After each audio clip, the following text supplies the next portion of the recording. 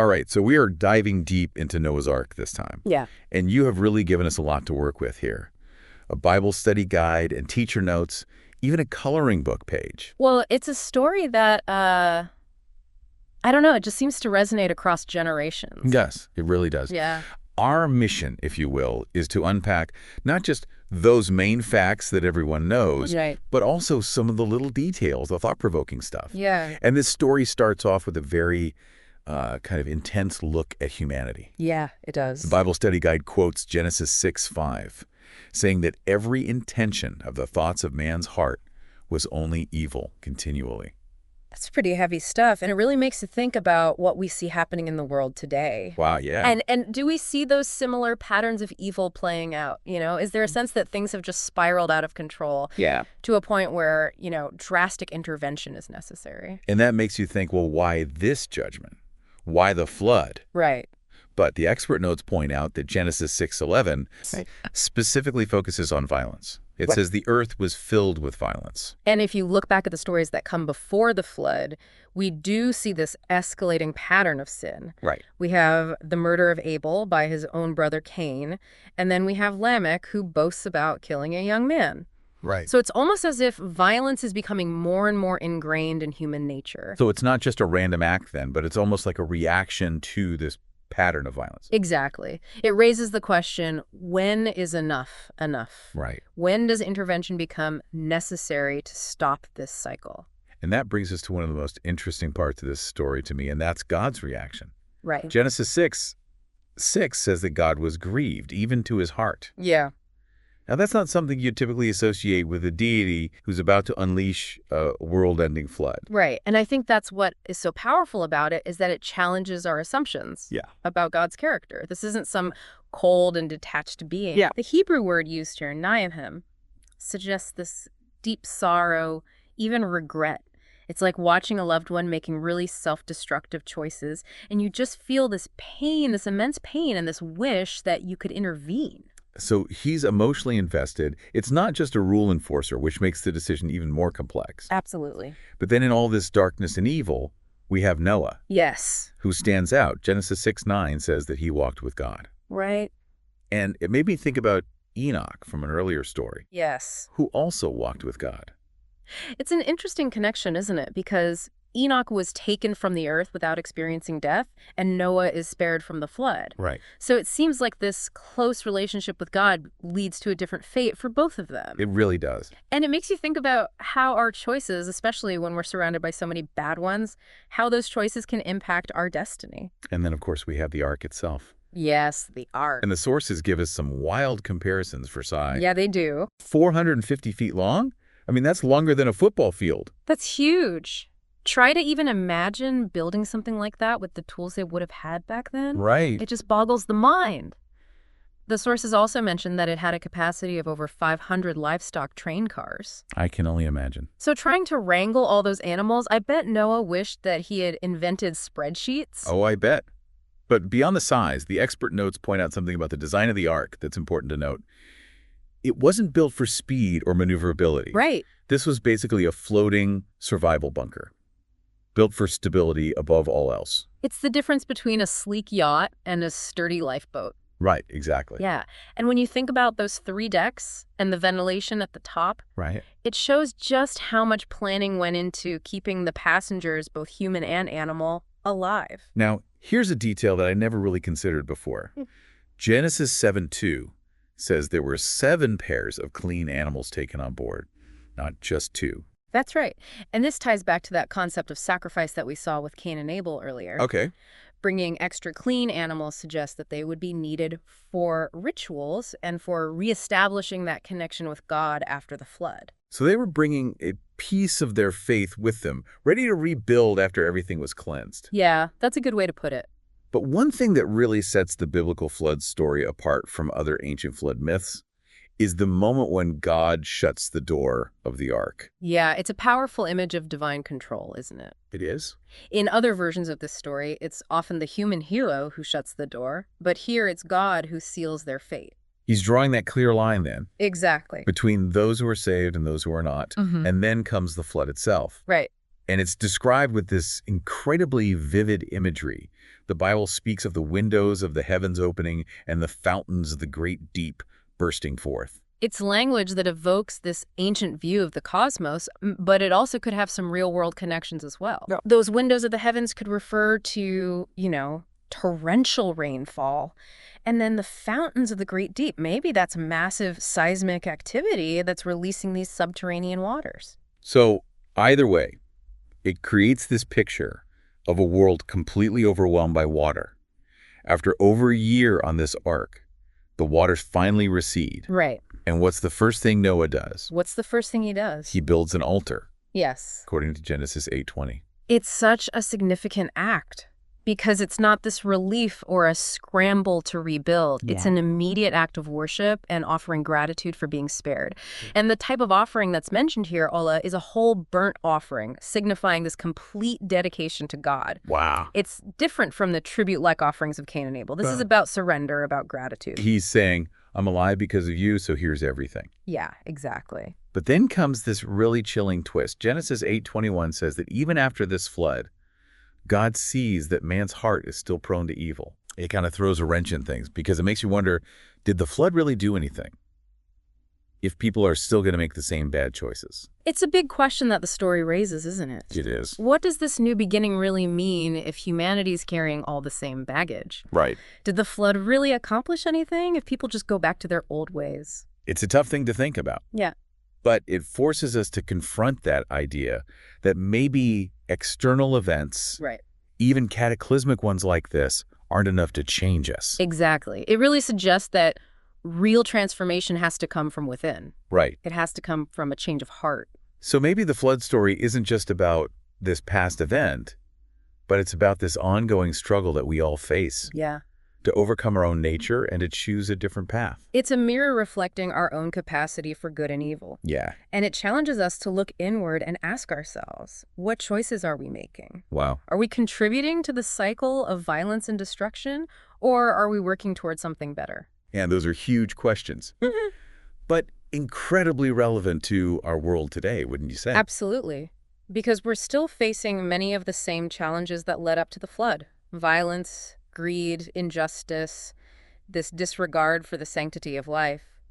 Those things haven't gone away. No, they haven't. But I think the story of Noah offers this little glimmer of hope amidst all of that. I'd love to hear more about that. What makes you say that? Because even though the flood didn't wipe out sinfulness, it showed that God is committed to working with us, even in our brokenness. That's a good point. And the Noahic covenant really symbolizes that ongoing commitment. Right. God's basically saying, I'm not giving up on you, even if you give up on yourselves. So maybe that's the most important thing. Yeah. That even when we mess up, even when we make terrible choices, God's still offering us a chance to start over. It's a powerful message of grace and redemption that I think we all need to hear, especially facing the challenges that we do today. Absolutely. Yeah. So we've got this incredible story of destruction and renewal, this powerful covenant, this reminder that even when things seem at their worst, there's still hope. And these little details like the ark and the animals and the offerings, they add these layers of meaning and symbolism to it. It really makes you think. It does. It's definitely a story that stays with you. It does. Now, one thing we haven't touched on yet is that little detail from the teacher's notes about the debate on whether it was a local or worldwide flood. Right, right. And I think that's an important point to bring up because it highlights that even within faith communities, there can be different interpretations of Scripture. Absolutely. And that's okay. Yeah, I think so too. It doesn't diminish the power of the story at all. It doesn't. If anything, it just shows that there's room for nuance, for different perspectives. So it's not about blind acceptance. Right. It's about an active search for understanding. Exactly. Faith isn't about having all the answers. It's about asking the right questions. Absolutely. And then there's that coloring book page depicting the flood. What do you think that says about how this story continues to be shared and understood even today? Well, I think it's fascinating that a story as old and as complex as this one can be presented in a format that's accessible even to young children. Right. I mean, it speaks to the enduring power of storytelling, wouldn't you say? It really does. And it also shows how deeply ingrained this story is in our culture. Right. Even in these simple ways. I mean, who would have thought a story about divine judgment would end up in a coloring book? Right. It's pretty remarkable when you think about it, but it also highlights the fact that these stories continue to speak to us in profound ways, Yeah. even if we don't always recognize their influence. So maybe it's a reminder that these stories are more than just ancient history. Yeah. That they are these living narratives that continue to shape the way we see the world and our place in it. I think that's a great point. It makes you wonder what other things in our lives are influenced by these ancient stories. And that is a great question. Maybe one we'll explore a little bit further in the next part of our deep dive. Yeah. But for now, let's just take a moment to let this all sink in. The flood, the ark, Noah's faith. A lot to unpack. It really is. It gives us a lot to think about, And it really makes you wonder, like, what can we learn from a story like this to help us today, with all the challenges we face? It is interesting because on the one hand, you have this story of destruction and judgment. Right. But then there's also survival and new beginnings. That duality is really at the heart of it all, isn't it? Yeah. It really speaks to that relationship Yeah. between humanity and the divine. Yeah. There's this tension Right. between God's justice and mercy, Yeah. his judgment and his desire for restoration. So how do we see that play out then in the details? Well, take, for instance, the fact that God chose to save Noah and his family Okay. in the midst of this worldwide destruction. Right. It's really a testament to his grace and commitment to preserving life. Even when faced with overwhelming sin, he's still trying to redeem, restore. And that redemption wasn't just for Noah and his family. Right. It was for all of humanity since Right. they repopulated the earth. Exactly. And that brings us to the Noahic covenant, which is really the central point of this story, Yeah. where God makes this promise to never again destroy the world with a flood. And he gives the rainbow as that sign. Yeah. A beautiful image after all the darkness. Yeah, a hopeful image. It speaks to the idea of a fresh start, Right. a new era in that relationship Yeah. between God and humanity. But then you have that little reminder Mm. that human nature hasn't really changed. God sees that man's heart is still prone to evil, Right. even after all of this. It's the big question that the story asks, right? It is. What does this new beginning actually mean Yeah. if humanity is still carrying that same baggage? Right. Did the flood actually accomplish anything if people are just going to go back to their old ways? Yeah. It is tough to think about, especially when we look around at the world today. Yeah. But it forces us to think about maybe external events. Yeah. Even huge cataclysmic events like this aren't enough to change us. Right. It really suggests that that transformation has to come from within, Right, right. from a change of heart. So maybe the flood story isn't just about this one event in the past, but it's about this struggle that we all go through Yeah. to overcome our own nature Our flaws. and to choose a different path. Absolutely. It's like that mirror reflecting our capacity Yeah. for both good and evil. Yeah. And it challenges us, look inward. What choices are you making? Right. Are you contributing to that cycle of violence? Wow. Or are you trying to live a life of righteousness? These are really big questions. They are. They are relevant, though, to the world today, I think. Absolutely. I mean, think about it. We're facing a lot of the same challenges that led to the flood. Yeah. Violence, greed, injustice, Right. disregard for life. It can feel really overwhelming. It can. I think, though, the story of Noah offers a little bit of hope, though. What makes you say that? Well, even though it didn't just wipe away sinfulness, it showed that God is committed to working with us. I see what you're saying. And that Noahic covenant is a great symbol Right. of that commitment. More Like that God great. saying, I'm not giving up on you. Right. Even if you give up on yourself. So maybe that is the most important takeaway from all of this. Yeah. That no matter how badly we mess up, God is always offering that chance to start over. It's a powerful message. It is. A message of grace, a message of redemption. Yeah. And I think in today's world, facing what we do, we all need to hear that. Absolutely. So we've got this amazing story of destruction and renewal, this powerful covenant, this reminder that even when things are really bad, Yeah. there's still hope. We have these little details, the ark, the animals, the offerings. They just add all these layers of meaning. Right. It's just a story that makes you think, for sure. It does. It stays with you. Now, one thing we didn't touch on was that detail in the teacher's notes about the debate over whether it was local or worldwide. Oh, yeah, that's a good point. And I think that's an important point to make Yeah. because it really shows that even within faith communities, there are different ways of looking at Scripture. Absolute. And that's okay. Yeah, I think so too. I don't think it takes away from it. It doesn't. It shows that there's room for different perspectives. Absolutely. Mhm. So it's not about blind acceptance then. It's Right. about really searching for understanding. Exactly. Faith isn't about having every answer. It's about asking those questions. Right, right. Then we've got that coloring book page. I mean, what do you think that says about how we understand this story today? Well, I just find it so fascinating that a story this old Yeah. and complex Yes. can be presented in a way that kids can understand. Right. I think it just shows the power of storytelling, It does. It does. And it also shows how ingrained this story is in our culture. Even in these simple little ways. Yeah. Who would have thought a story like this would be in a coloring book? Right. Pretty amazing when you stop and think about it. But it also shows that these stories, even the ancient ones, they can still speak to us today, Yeah. maybe in ways we don't even realize. So maybe it is a reminder that these stories are more than just ancient history. Yeah, They're these narratives that shape how we see the world. I think that's a great point. It makes you wonder what other things in our lives are shaped by these stories. That is a good question. That is a good question. Maybe we'll explore that a little more in the next part. But for now, I think it's good just to sit with all of this. We've talked about a lot. The flood, the ark, Noah's faith. A lot to unpack. It really is. So let's take a little break and we'll come back and talk more about this. Sounds good. Yeah, it is. It makes you think, why does a story this old still matter to us? Right, right.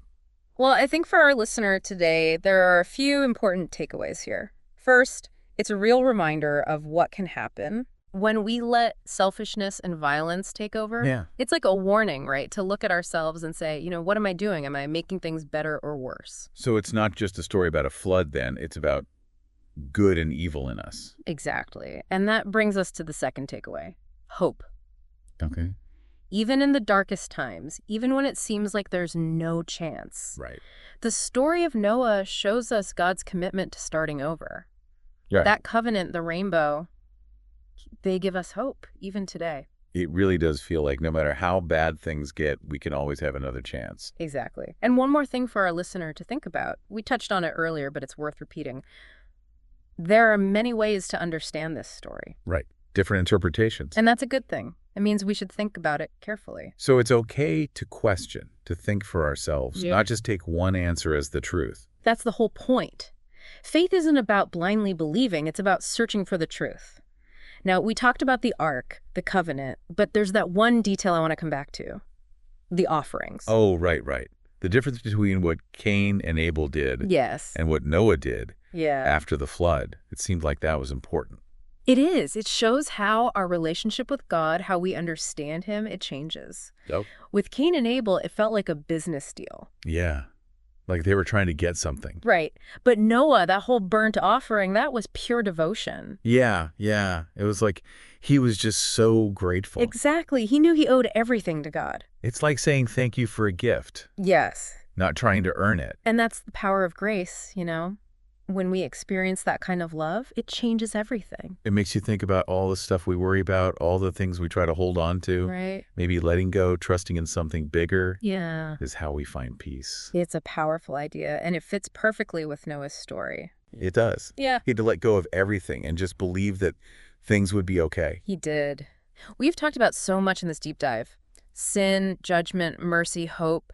But we also looked at those fascinating details about the ark, the offerings, and even how people disagree on what happened. Right, right. It's an old story, but there's so much in it. And I think the biggest thing for anyone listening is to remember this isn't just some old story. Right. It speaks to who we are, what we fear, what we hope for. Yeah. It asks us to look at our own faults, to believe in second chances, to search for something greater than ourselves. On that note, I think it's time to wrap up our exploration of the flood. Mm-hmm. But before we go, I have one last thought for everyone listening.